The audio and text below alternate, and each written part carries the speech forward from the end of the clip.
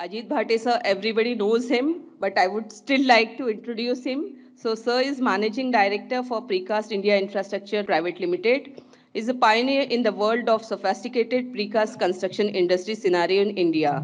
In 2012, set up a first world-class precast concrete element production factory in Pune, called Precast India Infrastructures Private Limited, after intense research of requirements of prefabrication of Indian conditions. Being an expert in conventional contractor, his other conventional construction contracting company, Bhate and Rajya Construction Company Private Limited, together with Precast India Infrastructure Private Limited, has hit the Indian market as an enviable combination of speed, quality, and time. Today's topic for Sir's discussion will be selection of right precast system and right connections while planning a precast building from a precaster's perspective. So I would request Sir to start with his presentation. So good morning, everybody. Nice to be back to the College of Engineering from where I passed out in 1984. And so respected colleagues and respected audience, I'm here to speak about selection of the right precast system and connections while planning a precast building, but most importantly from a precaster's perspective.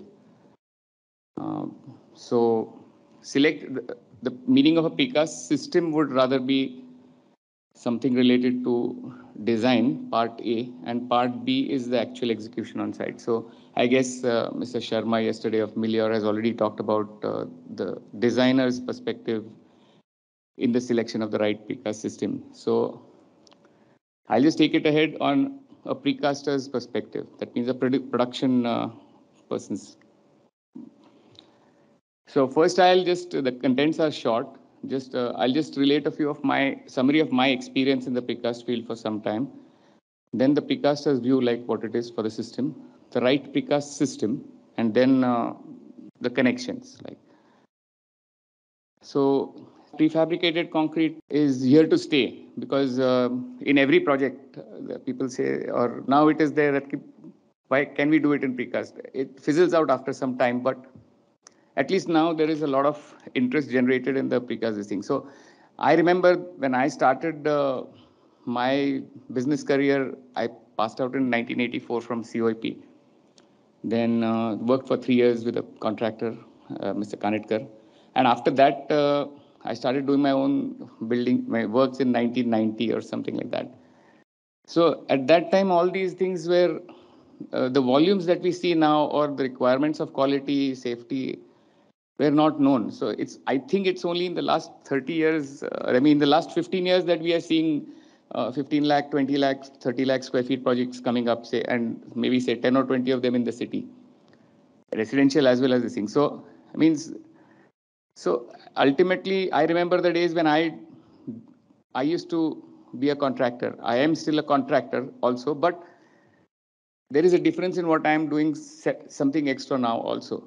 And there I felt that there is no alternative but to mechanize. And after some time mechanizing, then we have to industrialize. So from being a contractor doing shuttering with plywood, etc. on site, then we mechanized ourselves. That means we brought up system formwork, a lot of system formwork. Then we had cranes, reinforcement productions, that means fabrication machines, automatic machines. And of course, then the boom pumps and all are now common. But these were new. The first pump in Pune, I remember we had got for this building in AXA on Bun Garden Road. It was a huge this thing. This was in 1996 or something. So I mean to say there is no alternative but to mechanize and then ultimately industrialize, because for these big projects, we cannot deliver in the labor-oriented systems that we do. So it has to be a combination of everything. So these are some precast buildings like what we have done. This is Infosys, this is the World Trade Center and things. So these are some of the big volumes. Like this is for Nalanda. We did a 16 lakh square feet project. So this is about 1 lakh square feet flow plate, 16 flow plates. So very satisfying project. Important part of this was that we started in somewhere around November, December 2019. 2020, full COVID. first shutdown, and 2021 also. So roughly in March, May we had finished off this thing. So 16 lakhs, approximately 16 months we could deliver, including the COVID shutdowns, everything. And so then, of course, there's this World Trade Center and Cummins. Then this is Infosys, which we did. Balewadi High Street, which is being done. So now I'll just tell you my perspective. That means the right system, it is quite complex. So there are 3 or 4 important things. That, of course, the perspectives are market driven right from the start, from the onset of where we begin our career, like for as a precaster. Of course, it is commercially driven, because if we have to sustain ourselves, then we have to be commercially viable ourselves. So setting up the factory and the expertise, the experience, because being a contractor helps in that scenario. Being a contractor and having executed works before that, so it helps up in taking a next step towards being a precursor like this thing. And of course, sustainability in the industry depends upon our own self as a driver of the initiatives of how we can sustain, not just by volume or something. I'll come to this each one in detail now. So market driven perspective, that means from a precaster's point of view, the last 2 years have been totally different. We know that. So before this, IT projects, commercial projects were driving the market a lot. But after this, now I think they have slowed down to a certain extent, and now it will be a work from home, something scenario. So I think that could be a little bit on the downside now, and residential has of course gone up, and so has data centers, etc.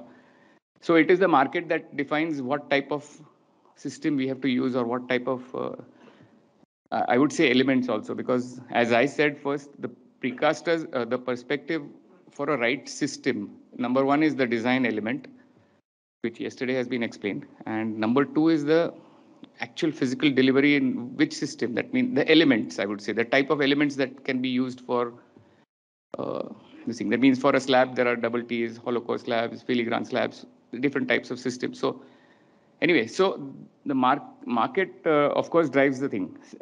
Secondly, of course, it is important, and everything is commercially driven. So suppose I have to set up a precast factory, what did we think at that time? So it was important that what market I would cater to. Actually, in 2009 or 10, to be very honest with you, it was very difficult, and even I did not know what the reception would be, because I don't know, prefabrication or prefabricated concrete was not at all thought about very seriously. Of course, BG Shirkesers and all those people, they had done a lot of precasting, but it was a different sort of different niche of precast. So selecting the right precast system depends upon the perspective of what exactly we have to manufacture. That means whether I would be catering for the commercial industry or for the residential industry, because the machinery, the plant layout, everything changes as per that. So again, here I would say that it is very important that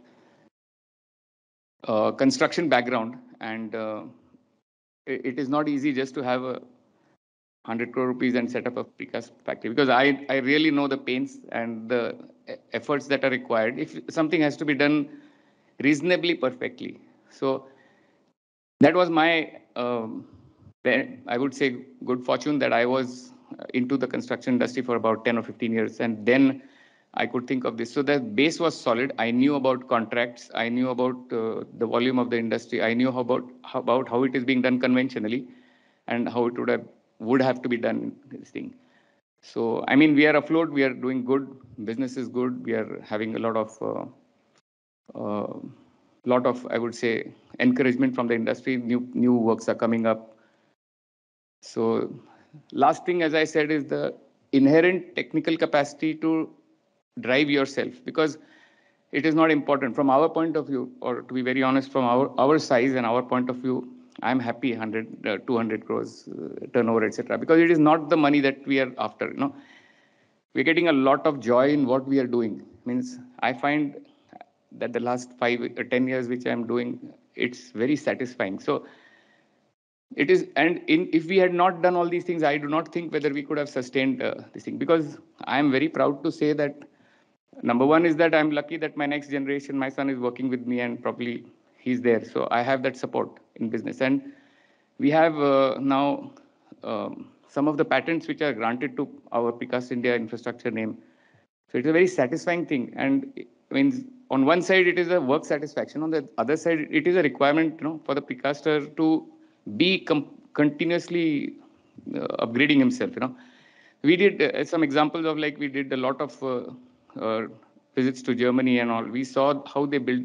For example, this particular building, it is on base isolation. So it is amazing to see how the techniques work. So from that, later on, we sort of this is the column beam post tension moment resisting connection that we got from the Japanese people, and we are working on that. Then again, there are some connections. These are, you can see that these are 8 meter high walls. This is a 2.3 crore liter water tank for Infosys which we built. So the connections. So we have another pattern for connections of these walls. So again, these are some facades, huge facades which we have. So I mean, these are the studies which we are doing, and that is what is important.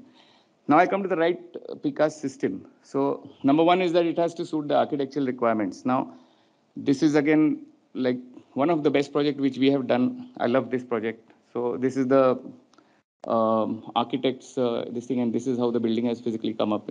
So the when you conceive a right system, precast system. So now in this you can call the system as the structural system forming part of the columns, beams, slabs, and the facade. Or like this is the Cummins Tech Park, this thing. Or this is a beautiful architectural system. Here, like I always say, these are 21-meter span V beams. Hardly the shell. It's a shell element. Thickness is hardly 60 millimeters, 6 centimeters. So means these are the things which require now the systems. If you see 1, 2, 3, the systems, the precast systems here are totally different. Now this is again another car park. Very, very difficult building. I won't say that it is very much suitable for precast, but then again, for Infosys, we did it. It was on a slope of about 20, 30 meters. So from each of these points, they had the entries to the building. So the architectural, this thing are very important. For example, this is very simple. There was a requirement of some 500 bungalows. So this is on the seashore Goa. So like, all these systems, small things, but all these trusses, etc. also were done in concrete finishes and also. Architectural requirements are very important. Like, for example, if you see in this particular, this is the Nissan Olympic Stadium in Tokyo. Most of the photographs that I'm showing are of my own site and my own this thing, but these are some things which are outstanding, and so I mean, we can see how difficult. I mean, in Japan, in Tokyo, they have these cantilever staircases, and then they have all these fully precast systems. So that means that's why I don't understand how and why people say that whether the connections work in this thing, precast and this and that. So yeah, live examples, and that too in Japan, where the seismic forces are, our lowest, our highest zones are their somewhat lowest factors. So this is another amazing architectural requirement. Like this is a train station in Tokyo. So here you can see that virtually, I mean, there is no. I was amazed at this in Tokyo suburb. So where can you see? These are all individual elements. These are just two columns here. This is not a structural member. It is just a pipe for a facade. So you can imagine how this structure has been done, and what is, of course, design of that is a separate thing. But the right system, like what we say, amazing systems, what they have. So architecturally, they this thing. Then second, there are facades. Like I showed you many of the facade systems also. So the facade systems, I think, also dictate what type of system. Because here the system that is there is that there are columns, then there are spandrels here, and on the spandrels these particular facade elements are sitting. So these are so these all these ultimately these are the design of the system and the actual precast system, they both go hand in hand. So these are those things. These are some facades, 12, 13 meter wide. This is the latest example of a facade, which is a 10 meter by 10 meter facade, which we are doing for an industrial structure. Outstanding, that means lovely structure just coming up just outside Pune. So here you can see it's a north-light structure. These are 30-meter long rafters. And the system over here consists of, columns with corbels for the facade, as well as for the gantry beams, as well as for the uh, end girders, that is what we call, and then above that is the purlins. And then the facade sits. Actually, I was trying to see whether we could do this facade fully, in like 18 meters by 10 meters. But this was the first time we tried such a big thing, so we didn't sort of this thing. So facades and all this thing. Now there are the type of system that is to be adopted for any particular project. That means the elements which we will use. It depends whether you are going to have an off-site factory or whether you're going to have an on-site this thing. I don't have the pictures right now, but many times this is our factory. But so whether we produce the elements in the factory or whether it depends upon the number one is the distance. Number two is the weight that we can pick up and put on the whatever the height the structure is there. And thirdly, the transport costs, the distance of the site, of course. So these are some where we can make it either in the factory. So these are photographs of hollow core production system. These are the wall panel circulation systems, and these are the where we make the columns, the double T's, and all the other elements. And so I didn't have the photographs of the casting on site, but there we had installed even on this site in Hinjewadi, we had about 6-acre casting yard on site. Even when we had worked in Daman, we had worked on the casting site and this thing. Of course, lifting and installation capacities, that means the cranes are important. So these are 300-ton cranes. So whatever we can lift and install, this is a 50-ton tower crane.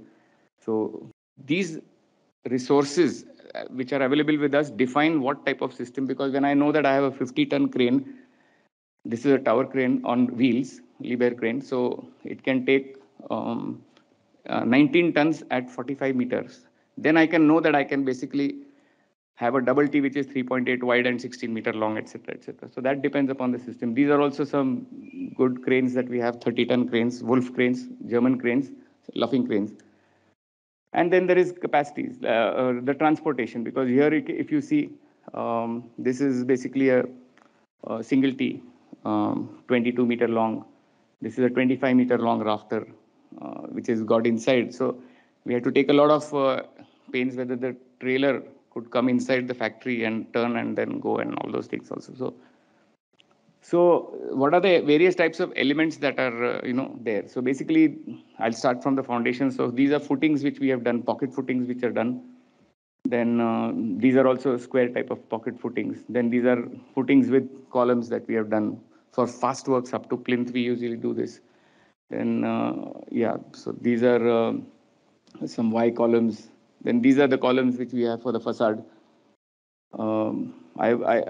It's a very, very complicated thing how to make this mold and how to produce this particular column. This is for the same Infosys facade building, corner column, but very, very critical. But we managed it, and the ultimate result that we got on that facade was super. That means there are 1,400 elements, and we could manage to fix them in a particular tolerance. That was the best part of the whole thing. And these are another big columns. You can see here, this is the part that goes into the pocket foundation and then gets grouted there.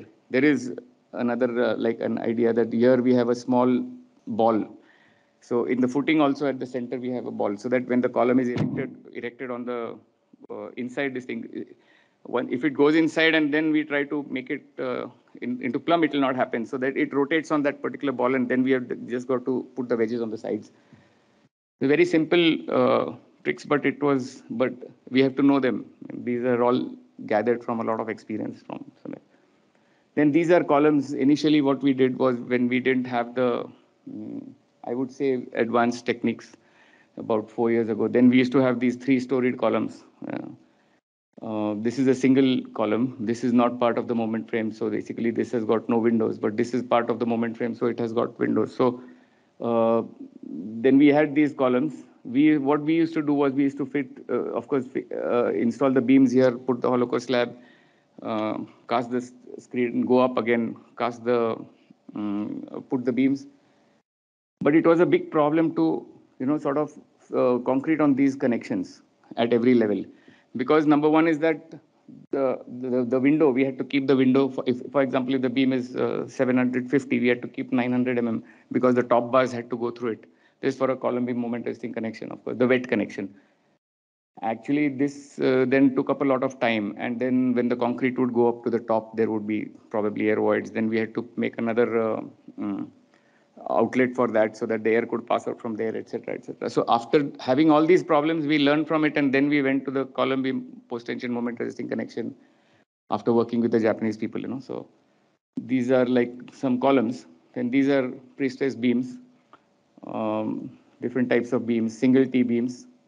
This is a 20-meter span. We did a data center currently in Bombay. So 20-meter span post-tension beam. This is a photograph of those particular beams here. This is for a data center. Then these are double T slabs. Double T slabs are the biggest that we have done is 3.8 meter wide. It took us a little problem for being transported. So that is why next time we put up these molds on the site itself, because 2.4 is a truck width. So these are double T slabs. Then this is again another super nice this thing that we did with this was for Cummins in Kothurud. So I could manufacture 21 meters in the 22 meters in the factory, but I could not take it on the Dhanuka Kauli circle. So then we had to take it. We converted this system into a single T beam, and it was in 3 parts, 7 meters each. And then we put it on the site, post-tensioned it, and then we picked up that 21 meters. So the system sometimes has to change, and there was a lot of this thing, because there was this particular building under this slab, this particular production building, which they could not shift. So the real building was all around it. So that was a different type of work which we did. And these are single T beams, 21-meter long single T beams. This shows a better photograph of the 7-meter long 1, 2, 3 elements which we took on the site. Then we post-tensioned them in a jig, and then we picked it up and put it over these things. So there are some 300 or 400 of these particular beams. Then these are standard hollow core slabs. We do it from 100 up to 400, 500 Then these are some shear walls. Originally, we used to do the shear walls with a gap and with the loops there. The standard loops don't work, the wire loops. So therefore, we had the reinforcement loops, and then we used to put concrete on the side and then concrete it. But it was never working. So these are some other elements, simple elements, where types of elements. These are some double wall elements. And these are rafters. Very, very beautiful light sections, 150 millimeter thick sections. So here you can see that they are spanning 25 meters, 30 meters. And then these are again beams, gantry beams, which are being done. This is also a nice this thing. This is a 29.8 meter long rafter being lifted with a lifter beam. This is just a photograph a few days ago, currently going on site. Then these are girder beams, curved beams. Everything is form finished, so there is no this thing, because they required it as a form finished beam. Then these are the V type of beams that we say. Now this is a very nice Italian system where this replaces the roof of an industrial structure. We do not need trusses or purlins or sheets or anything. So these are just the V beams which sit on the edges of the gutter beams, and then there is an arch element on that. So this is the seating of that. Very easy to transport. Superb this thing. This is part of the pre-stressed beam. This allows the water to go, and this is hardly 60 millimeter. The finish is excellent. Nothing else is required. These are also double T beams required for the roof. It's instead of having a double T over here, the thickness is reduced so that the weight reduces, because we don't need it for the roof loads. So these are again a smaller type of element. So this is a H30, we call 30 centimeters. It goes up to 9 meters. It can have cutouts in between. Then these are again some cutouts which are seen there in the slab. There are some H type of beams, different type of beams. These are very stiff, and they give us a lot of advantage. We have removed the weight where it is not required, sort of. So this is again the mock-up of a different type of facade, the Infosys facade that we had made. This is again a different type of facade which we were using. Then this is again, like I said, a 12-meter facade. So This is again one of our connection with a bolt passing through and through, and then we have so this is also under patent right now. We have from outside we do not see any other joints, so it's a turn con type of product here. So these are some retaining walls, then these are some decorative walls with steel, etc. on piles. This is my favorite photograph, the Grushet Halwai Ganpati bomb-proof walls, because then these are some other things. These are plinth walls. Then these are trenches, etc. And gutters, pre-stressed gutters, we have a lot of them. Water tanks, site offices, staircases. So these are very common features. These are box walls which we are doing for some mass housing, simple these things. I mean, here you can see the V-beam which is put here. The box wall is here. They come with the windows, etc. These are the V-beams and these are the arches here. This is the metro office in Fugewadi. This is again like the industrial structure which we are doing now. These are the gutters, not light, so the sheet will be coming from here, discharging the water on the gutter. So, I think so. Yesterday they have already spoken about the connections, but I'll just show you physically how we do the creasing. There's some pocket foundations. The column goes directly into this, and this is grouted with the small hole that I showed you. So this is the type of column that goes inside. Then a footing and a column, typical dowel, this thing, or then you can have the Bhate connection like what we saw. Then these are the beam connections, plinth beam to the column. So they're connected.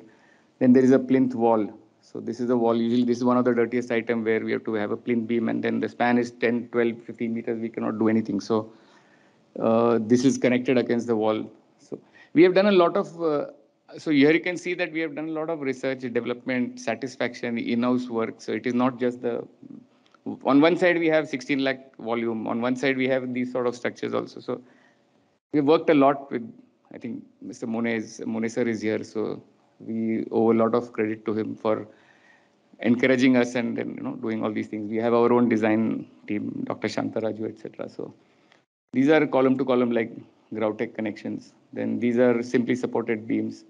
These are, this is what I was trying to tell you, that the concreting over here is very difficult. So that is why later on we do a single column full up to the third floor, and then we put the beams on the corbels, and then we post tension that connection. So this is done with the help of very, very highly educated experts, and they have done it in Japan n number of times. So this is that connection. So these beams, so this column, all this work on site is not there then. This is otherwise a typical connection which has a lot of problems on site. Concrete doesn't reach, then a lot of things. So this is again a post-tension column beam moment positioning connection. This is for Whirlpool. Then these are some, like I said, 7-meter high. You can see the scale. It's 8-meter high walls. This is for a water tank, which we have done. And then there are cantilever columns. We have this thing. Then these are precast walls, and then we have a cast in situ raft with the bars going here. These are different connections. Then this is the V-beam to an arch connection. So this is the beam and V-beam, and this is the arch which goes. This is a top view. This is before placing these arcs. Then the column facade, again, I don't have time to go into the super connection, this thing. That means like, if you see, this is the beauty of the connection. That means this beam has got a insert plate on which this particular plate is welded, and then this particular facade has a bolt which goes through and is locked from this side, and then this facade is pressing it down. So here, again, this spandrel has got this particular corbel which is taking the shear, and there is a bolt which is going on the other side and bolted on the side of the spandrel. And there is a dowel coming out from this particular here. So this top goes here, and then this again gets fixed. So this is virtually in the air, the second facade. So these connections and all, and the accuracy, because there is a 40 sleeve and there is a 16 bar, and then there are 85 facades in one line. So, and this includes the tolerance of the footings, the columns, the walls, everything. So it was a very beautiful exercise doing this. This is basically that connection. These are the bolts where this is the facade edge and this is the bolt for this facade. It is bolted from the inside. So you can see the accuracy part over here. This is a facade column connection.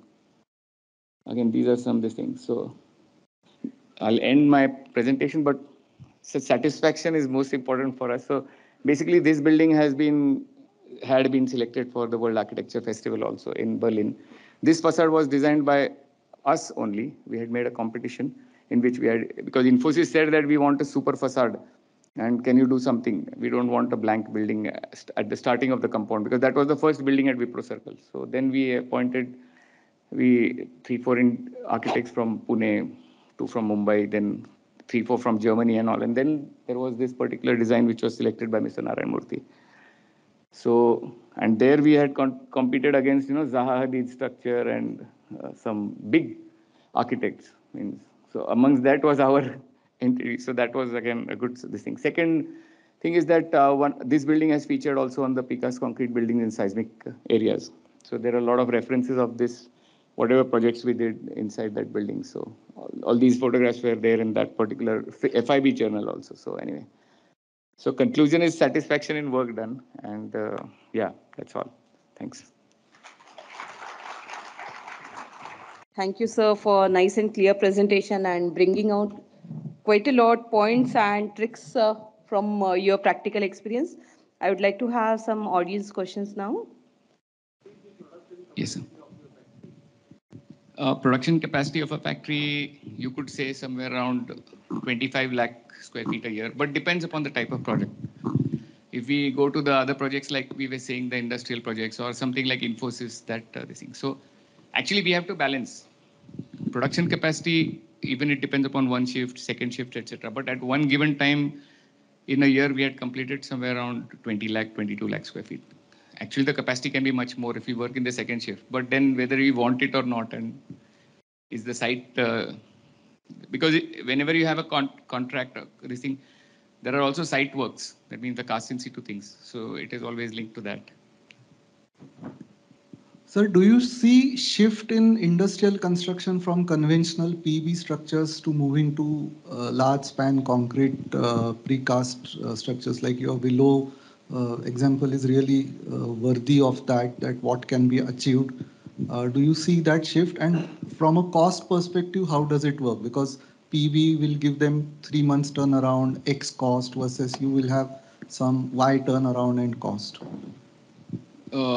Velo was awarded to us because we were competitive in cost. That was one thing. Secondly, because of the increased cost in steel, we are becoming much more viable. And like what you say exactly, we are now matching the PB costs, and there are increased demands from the industrial sector, because what happens is that for prefabricated concrete, there are sectors like, where, for example, Amazon or these people, fire is a very important thing for us. We do not need the fire protection thing. Secondly, there is no corrosion. Thirdly, there is no maintenance. So these are the plus sides which the client considers. While the client also considers the negative sides of precast concrete, is that the scrap value that he could get for steel at that time, etc. But I mean, on the whole, right now it's very good scenario because the steel prices are very high. We are competing, and just yesterday also we have got another one or two projects. So it's here to stay. I mean, cost-wise, that means I don't know whether you want the numbers or something, but I mean, it's too difficult. It depends upon the numbers. Time delivery-wise, how does it work? I think we are faster because for me, I am the civil contractor making the foundations. I am the person who is making everything else, So it is in my hands. Otherwise, then there is coordination problems, and then if I have to make the foundations, then they will come to make the PB structure again for the civil works of the road and all. So there, for me, the advantage is that suppose I take a foundation, then from the foundation I can go directly up to the thing in one shot. And there are different things, but I feel that we have that time advantage also, rather than having two agencies, and the client likes it, especially when we do the whole work. It's like a 1 point shift. I would like to ask one question regarding this seismic zone. How safe these structures are, especially in the tall structures when we are talking about G+10 structures or G+15 structure? And just that is first question, that as compared to conventional. And second question, that in India, this building or commercial building or any space, what we're talking prefab, what is the tallest structure till now it has been achieved?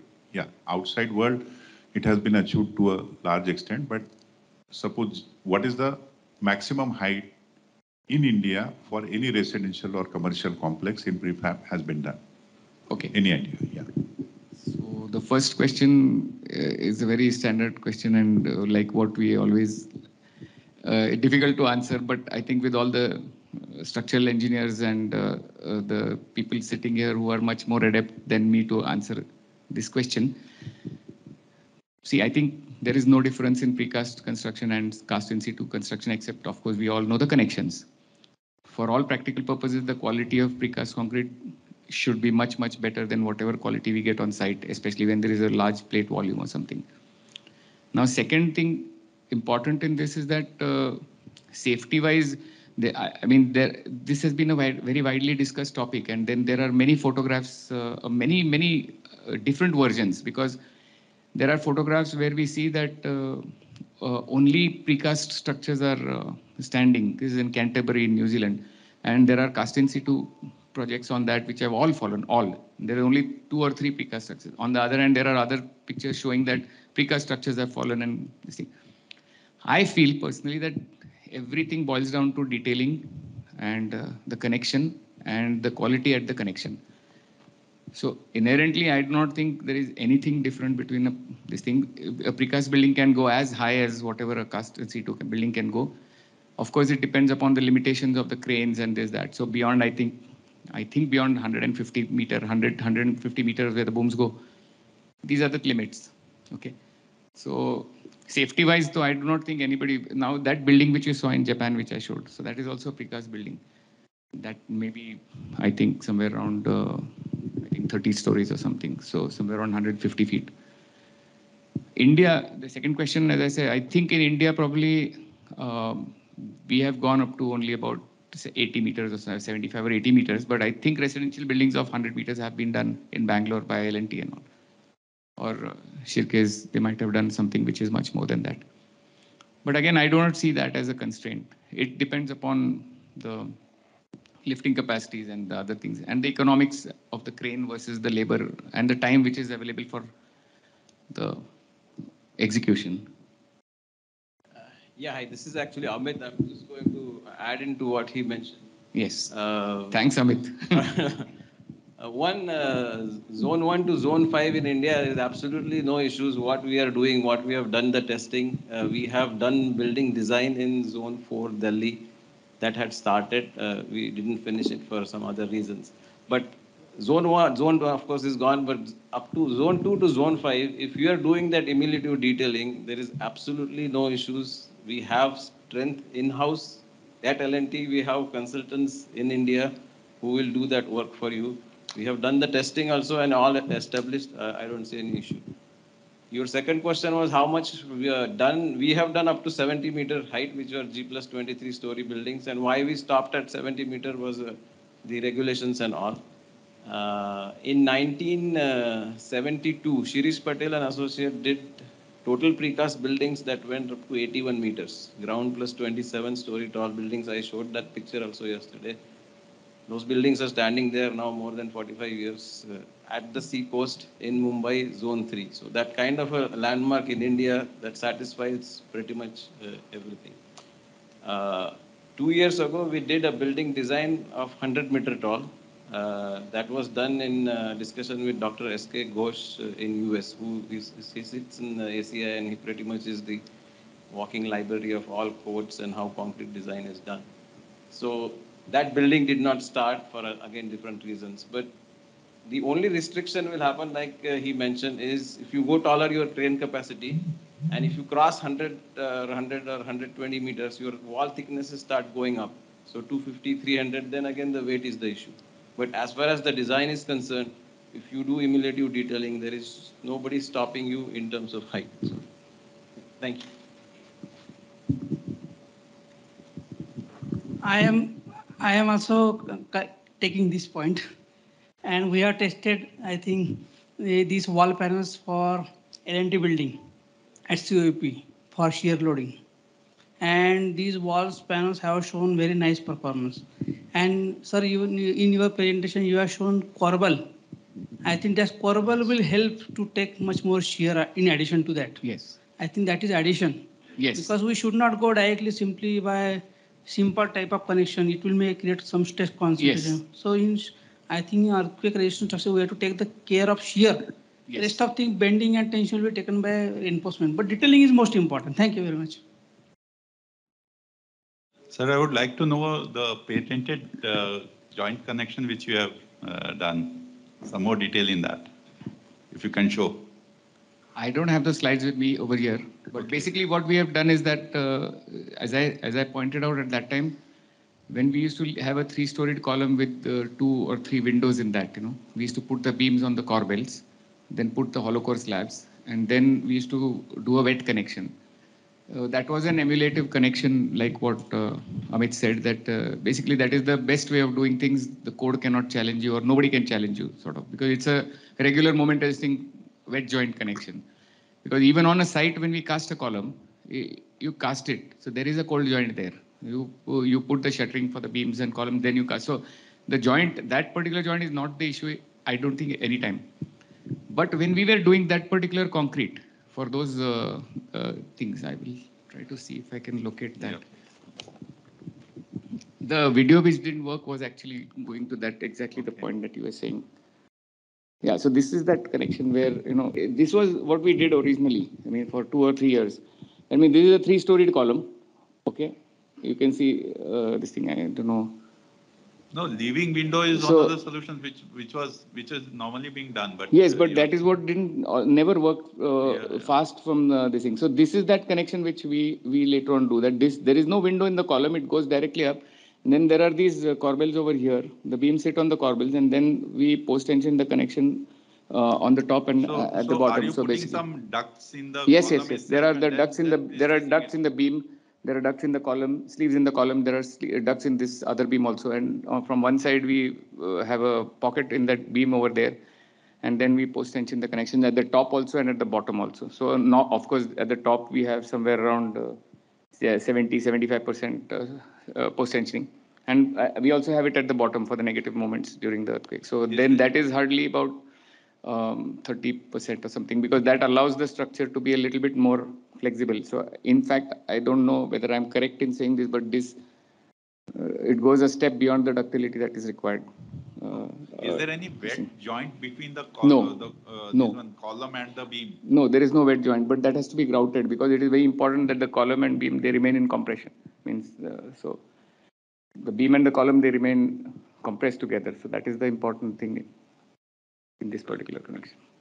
And this post tensioning is done on site when the and with each beams, or in one go you are doing the whole.